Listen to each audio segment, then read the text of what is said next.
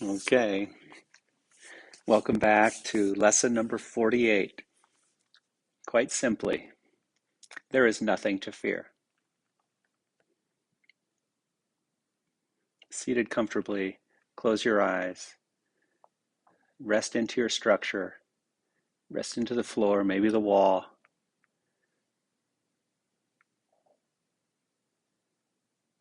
The idea for today simply states a fact. It is not a fact to those who believe in illusions, but illusions are not facts. In truth, there is nothing to fear. It is very easy to recognize this, but it is very difficult to recognize it for those who want illusions to be real. And we wouldn't be here if we didn't want illusions to be real. It was the desire for separation. It was the desire for difference. It is the desire for illusion that made up this realm of time and space.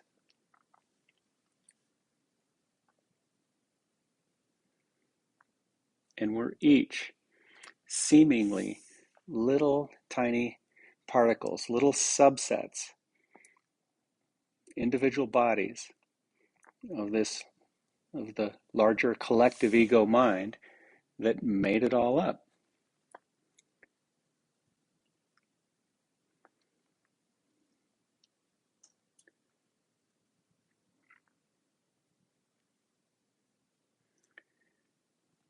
With your legs crossed, the Sukhasana shape, heels out by the knees, the leg closest to you, parallel to the end of your mat, slowly curve forward.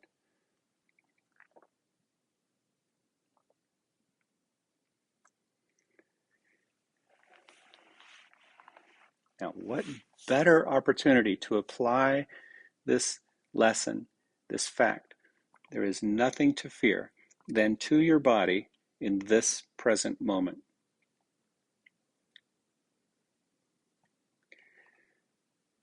It's pain that creates fear,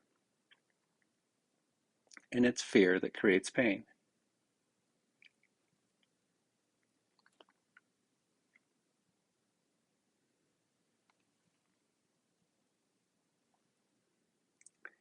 It's that cycle, a made-up cycle.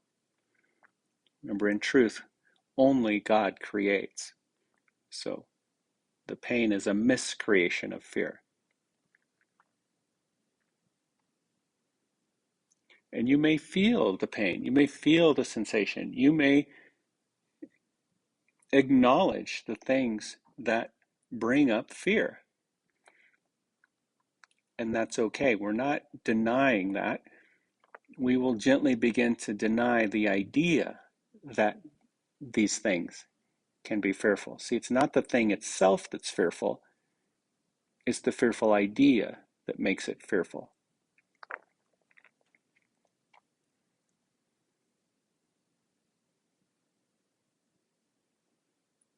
Slowly raise up.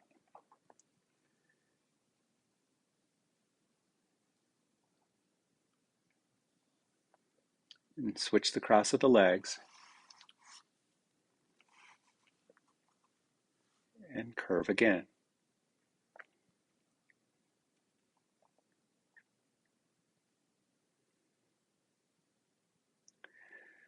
So if we use the analogy of a nocturnal dream, well, let's be more specific. Let's use the analogy of a nocturnal nightmare.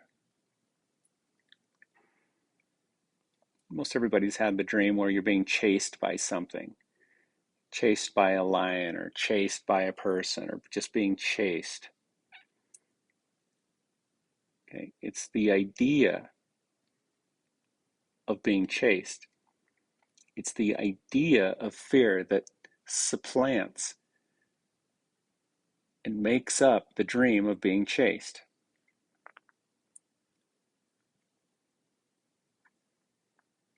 There's nothing there. The thought of fear precedes the thing that seems fearful.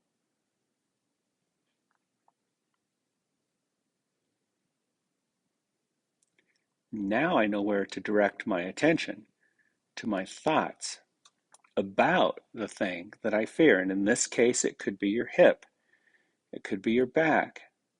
Now, by now, you well know the difference between pain that harms and sensation that is healing and helpful.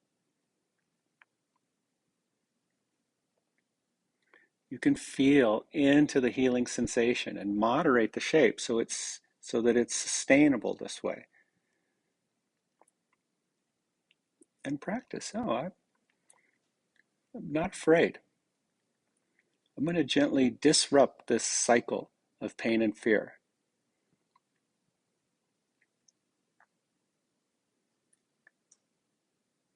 Slowly raise up.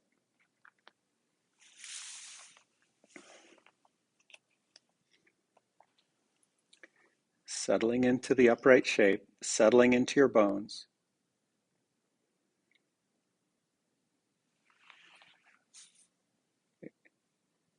Acknowledge the sensations in your body. Heck, let's acknowledge the situations in your life. And then gently return to the idea for the day. There is nothing to fear.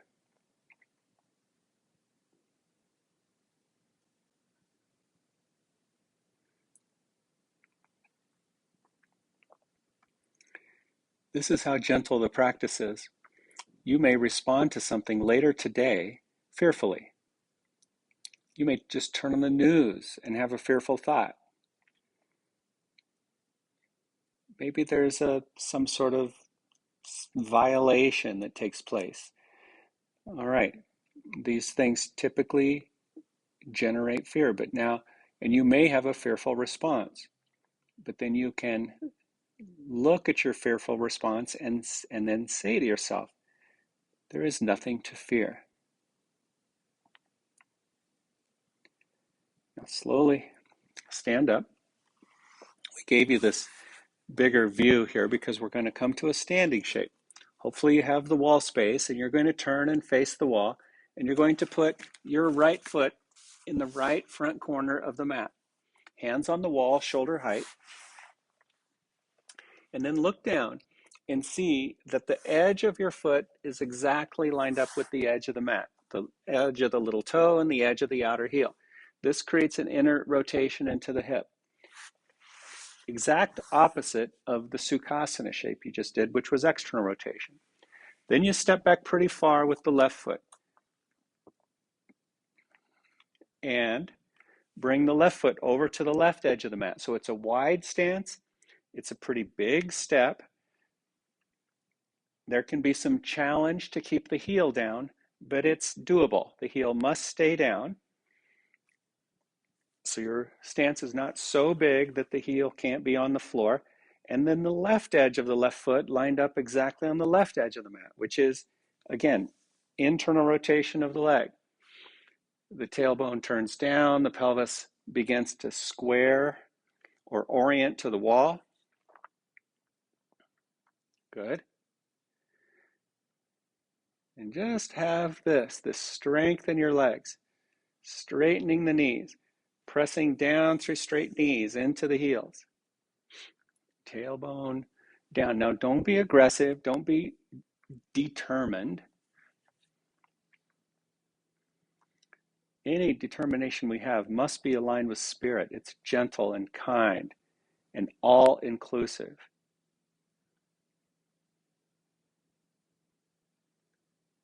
That's good. You can even have your eyes closed here because your hands are on the wall supportively. And you keep the firmness and you keep connecting down through the bones into your feet, weight equally balanced. That's nice. And then release the shape and step forward with the left foot. Now the left edge of the foot lines up, your big toe almost touching the wall, super close to the wall. And then step back with the right.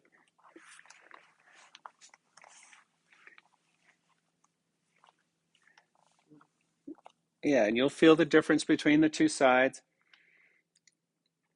You need to look over your shoulder sometimes a couple times to be sure that as you firm your thighs and straighten the knees and start to square the pelvis to the wall and moving the tailbone down, oftentimes those details will cause the heel to turn in.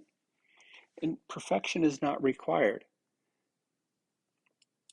So you may shorten your stance a little bit if you need to.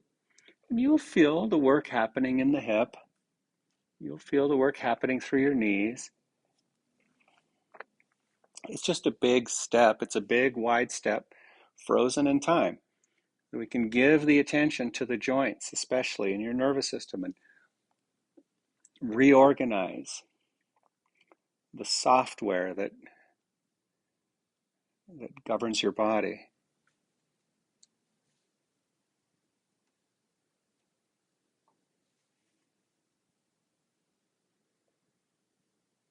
Yeah.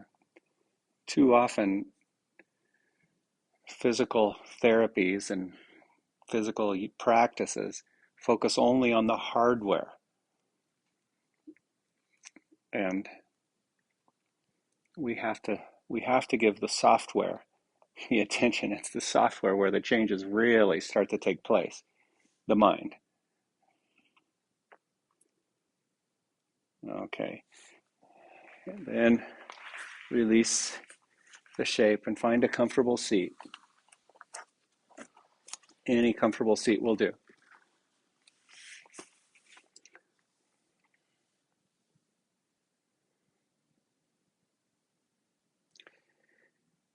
It says today's practice periods will be very short, very simple, and very frequent. Merely repeat the idea as often as possible. You can use it with your eyes open at any time and in any situation. It is strongly recommended, however, that you take a minute or so whenever possible to close your eyes and repeat the idea slowly to yourself. It is particularly important that you use the idea immediately should anything disturb your peace of mind.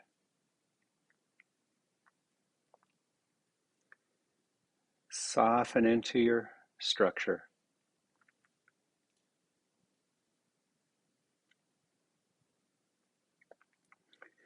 Not as an affirmation. These ideas, these lessons are not affirmations. They are practices. They are to be applied in the moment and throughout your day and throughout your life. It's only through practice that we join. We get better at what we practice. There is nothing to fear.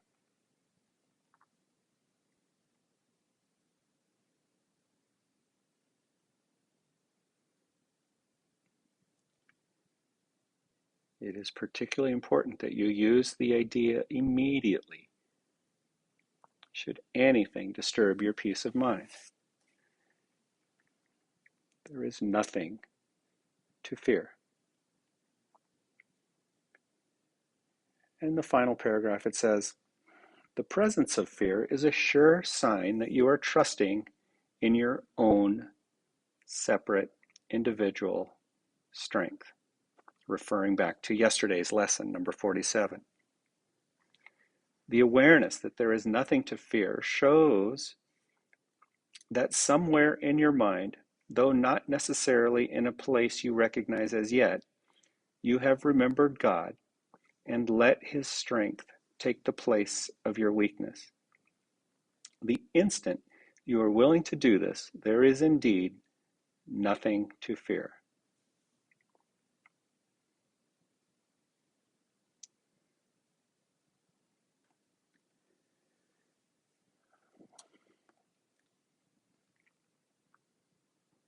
If only for an instant we can truly recognize there is nothing to fear.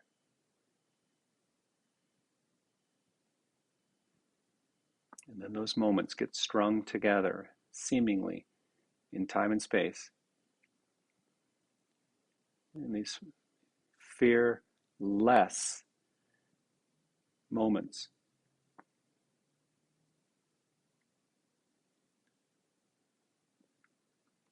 These fearless moments become strung together more and more frequently. We abide in God's strength,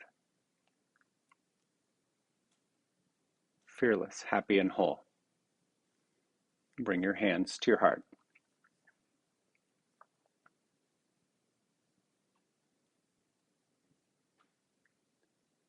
Namaste.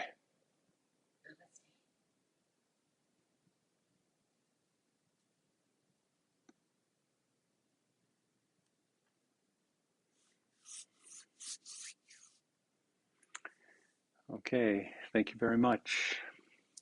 Yeah, have a happy day.